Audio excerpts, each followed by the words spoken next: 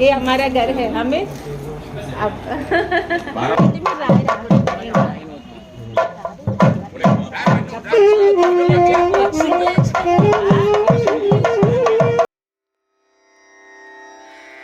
रना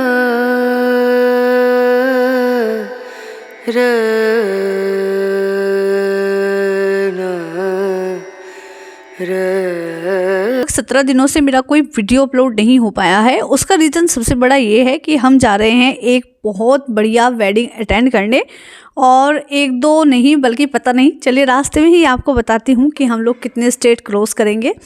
बहुत दूर की शादी है और बहुत डिफरेंट कल्चर हमें देखने को मिलेगा, तो मैं बहुत ज़्यादा एक्साइटेड थी।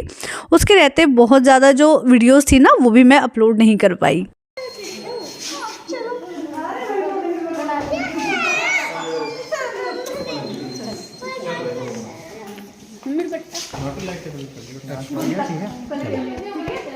ठीक है, और जीत के आना। चलो आराम से, चल भाई चलो, अपना ख्याल रखना सब जने। बेटा मिन्नू, हाँ चलो, हाँ मिन्नू,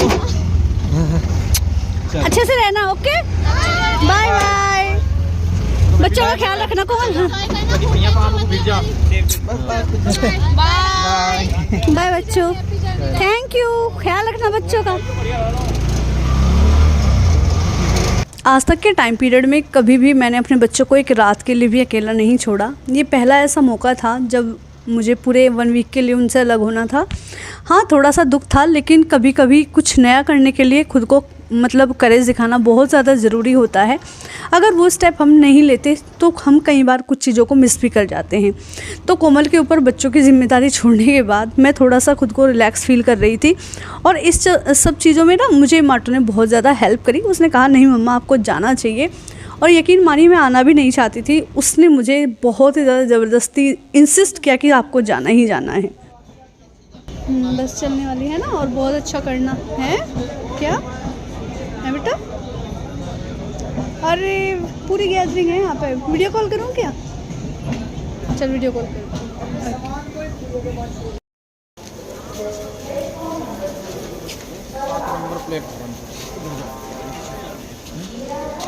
7 नंबर पर।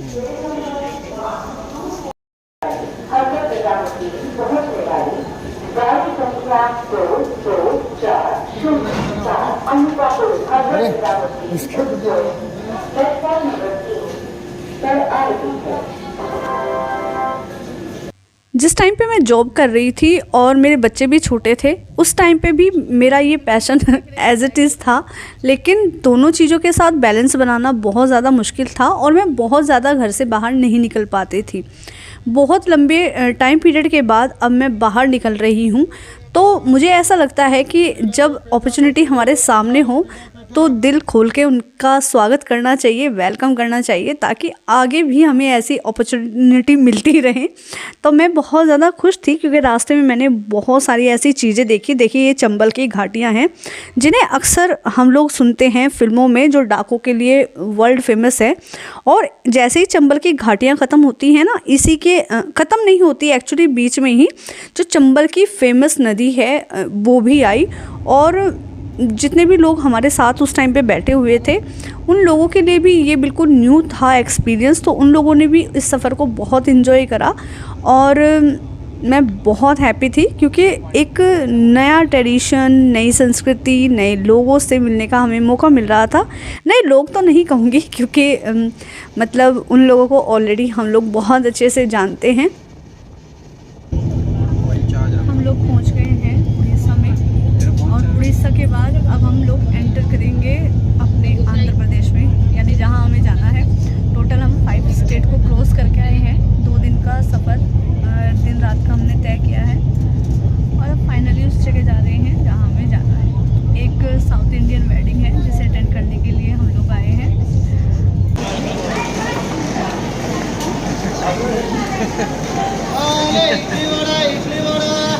हैप्पी जर्नी, आइएगा सर ज़रूर, है ना? ओके, बहुत अच्छा सफ़र रहा आपके साथ। फिर मिलोगे? दोबारा आओगे मिलने? कब? मम्मी को हिंदी सिखा देना, ठीक है ना? मम्मी को सिखा देना ताकि मम्मी मुझसे बात कर पाए, है ना। तो प्यारे प्यारे लोग मिल रहे हैं मुझे रास्ते में। चलो अच्छे से जाना है ना। ओके, और बहुत अच्छा लगा आपसे मिलके। बाय। मैंने सुना था कि जब आपके जीवन में कुछ चीज़ें अच्छी होती हैं तो अच्छी चीज़ें ना आपको ढूंढनी नहीं पड़ती, बल्कि वो खुद आपसे आके टकरा जाती हैं। तो मेरे साथ बिल्कुल वैसा ही हुआ। मेरी इस जर्नी में मैंने इतने सारे लोगों के साथ, अच्छे लोगों के साथ सफ़र करा, जिन्होंने मुझे बहुत सारे लाइफ लेसन सिखाए जो डेफिनेटली फ्यूचर में मुझे बहुत हेल्प करेंगे। और मैंने उनसे इतना कुछ सीखा कि मैं आपको अभी तो कम से कम एक्सप्लेन नहीं कर सकती। ये जो मेरे पीछे आप देख रहे हैं ये है विजयनगरम। हम एक्चुअली यहाँ उतरने वाले थे, लेकिन सडन हमारा प्रोग्राम चेंज हुआ। अब हम विशाखापट्टनम जा रहे हैं और यहाँ से लगभग 1.5 घंटे का और सफ़र हमारा बढ़ गया है। फिर बाद में आपको बताऊंगी कि ये जो प्रोग्राम था ये कैसे चेंज हुआ। तो थोड़ा सा आपको दिखाती हूँ। यहाँ उतरना था हमें, लेकिन अब जाएंगे हम विशाखापट्टनम। हैं? नहीं यार, कभी ट्रेन एकदम से चल पड़ी।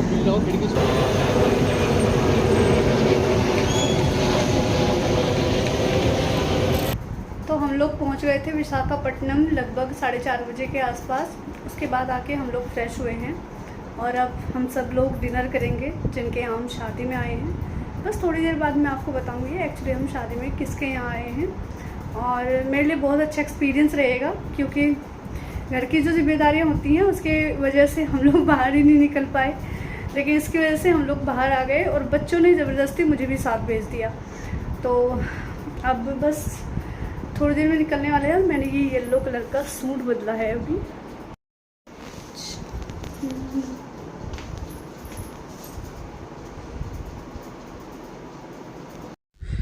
जब मैं किसी नई जगह जाती हूँ ना, तो उसकी इमेज ऑलरेडी मैं अपने दिमाग में थोड़ी सी बना लेती हूँ, और मैं बनाती भी रही हूँ, वो खुद ब खुद बन जाती है। मतलब कैसे वो लोग कपड़े पहनते होंगे, किस तरीके से रहते होंगे, किस तरीके से बिहेव करते होंगे, या उनका थोड़ा सा जो ट्रेडिशन होगा, यानी उनकी जो संस्कृति होगी वो कैसी रही होगी या कैसी होगी अभी। तो एग्जैक्टली जैसा मैंने सोचा था सेम वैसा ही हुआ। जैसे ही हम एंटर करते हैं यहाँ साउथ में जो घर हैं, आंध्र प्रदेश में जो घर हैं, तो वहाँ पर वेलकम करते हैं भगवान जी, यानी वहाँ पर जो ईश्वर हैं उन्हें स्थापित करा होता है, और घर के जस्ट बाहर ही उर्ली रखी हुई होती है। तो जो घर थे ना बिल्कुल ट्रेडिशनली थे और बहुत खूबसूरती से डेकोरेशन करी गई थी। और सामने ये वीणा है, और मतलब जब हम खुद की आंखों से देखते हैं तब हमें ज़्यादा अच्छे से समझ में आती हैं चीज़ें। तो वही होता है कि जब कहीं जाएं तो थोड़ा सा आप अगर उसके बारे में जानते हैं तो चीज़ें आपके लिए आसान हो जाती हैं। जैसे कि मैं जब यहाँ आई तो मुझे तो तेलुगु नहीं आती थी, लेकिन जो यहाँ के लोग हैं कई लोग ऐसे थे जिनको हिंदी नहीं आती थी। तो जब कम्युनिकेशन करना पड़ता था तो थोड़ी सी तो दिक्कत हुई, लेकिन मज़ा बहुत आया। आज है अगली सुबह और कल मैंने आपको बताया था कि हम लोग आए हैं एक साउथ इंडियन वेडिंग को अटेंड करने।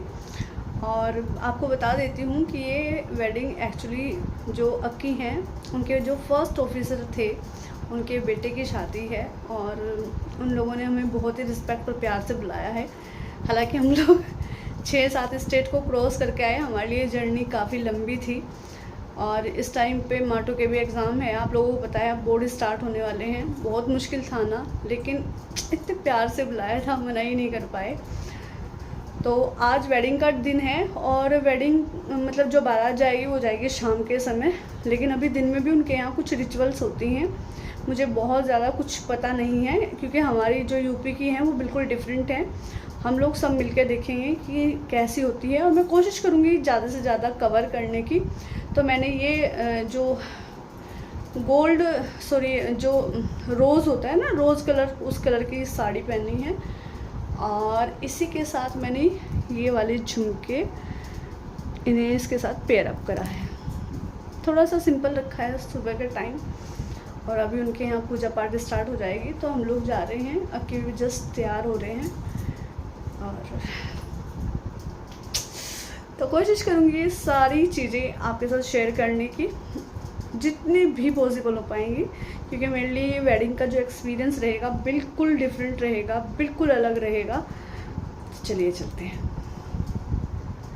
तो अक्की देखिए नीचे से लेके आए हैं बादाम, और यहाँ बादाम के जो पेड़ हैं ये ऐसे ही बहुत सारे लगे हुए हैं घर घर, लेकिन मुझे ये नहीं पता ये पका हुआ है कि कच्चा है। आपने पहले नहीं देखा कि इसको? ऐसे ही देखे भाई, वैसे ही देखे हैं, है ना? हाँ तो फोड़ लेंगे ना, चलो एक बार तोड़ के देखते हैं, है ना? तो खूब सारे बादाम इधर मिलते हैं। जिस तरीके से हमारे घर के सामने नीम और आम के पेड़ होते हैं ना यूपी में, बिल्कुल वैसे देखिए बादाम के पेड़ हैं। अभी तोड़ के देखूंगी। बहुत टाइट है। हाँ टाइट है, पर दिखाओ एक मिनट, थोड़ा सा दिखाओ ऐसे ही करके। तो भैया हमारे पास ऐसा कुछ नहीं है जिससे हम इसे तोड़ सके, तो अभी हम इसे एज इट इज़ रखेंगे और बाद में ट्राई करेंगे या फिर घर जाके ट्राई करेंगे। चलो ऐसे ही रख देते हैं।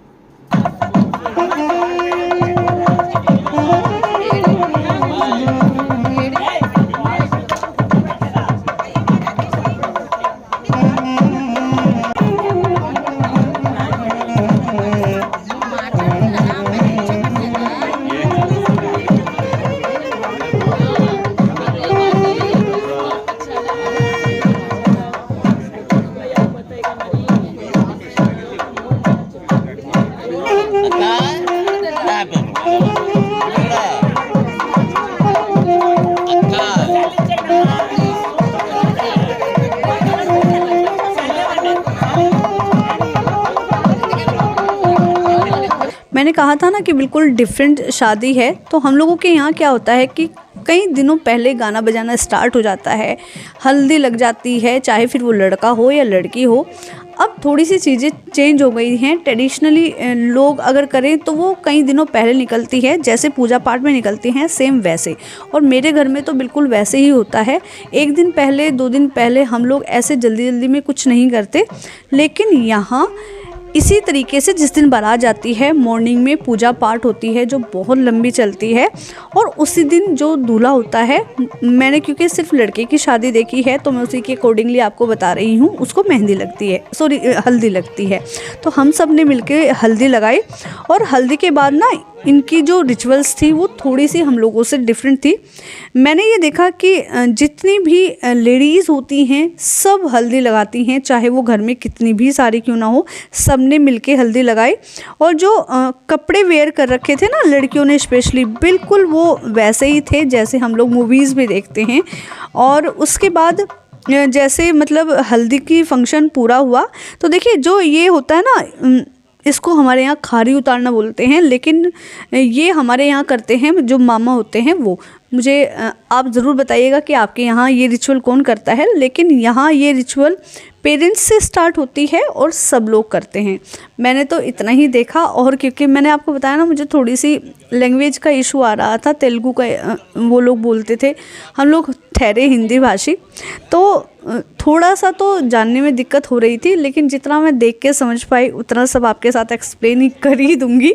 तो सब लोग मिलके इस तरीके से जो लड़का है उसके ऊपर पानी डाल रहे थे। और मैंने बताया ना हमारे यहाँ एक मामा करते हैं और खारी उतारना कहते हैं, बस एक टाइम में करा जाता है। लेकिन मैंने देखा यहाँ सब लोग बारी बारी से आ रहे थे और कर रहे थे।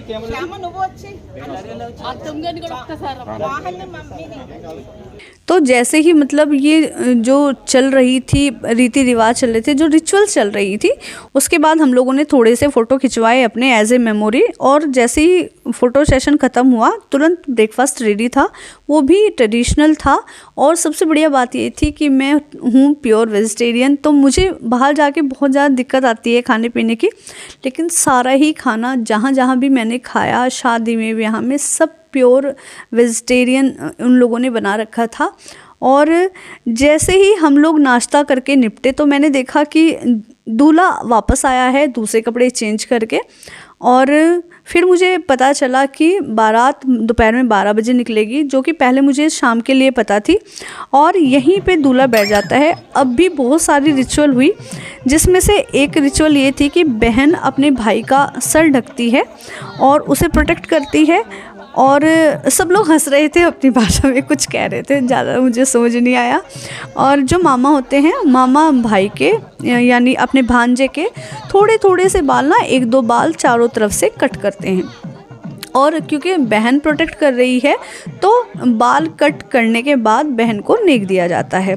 और उसके बाद जो बहन होती है वो भाई के पैरों पर आलता लगाती है, दोनों पैरों पर, और आलता लगाने के बाद बाकी की रस्में होती हैं। हमारे यहाँ तो ऐसी कोई रस्म नहीं होती है इस तरीके की, और लेकिन मुझे देखने में बड़ा मज़ा आ रहा था। सब कुछ बहुत कलरफुल था और बिल्कुल नया था। और देखिए, मैंने आपको बताया था ना कि मामा थोड़े थोड़े से बाल कट करते हैं, हालांकि 1-2 बाल ही काटा होगा, चारों तरफ से 1-1 बाल ही काटा होगा, लेकिन ये रिचुअल होती है। दोनों मामा ने बारी बारी से दूल्हे के बाल काटे, उसके बाद उन्होंने अपनी भांजी को यानी दूल्हे की बहन को नेक दिया। और उसके बाद की जो इनकी हंसी थी समझ में मुझे नहीं आता था, लेकिन सच में वो इतनी प्योर होती थी कि मैं भी हंस पड़ती थी।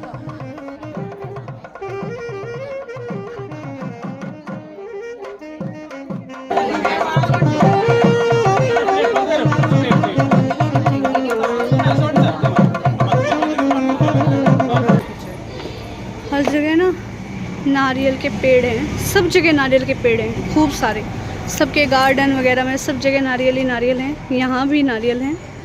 और अब हम निकलेंगे बारात के लिए।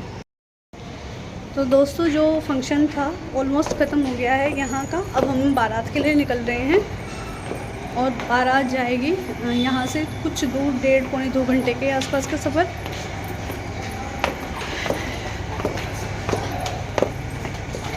है तो एक बहुत अच्छी जगह हम लोगों को देखने को मिलेगी।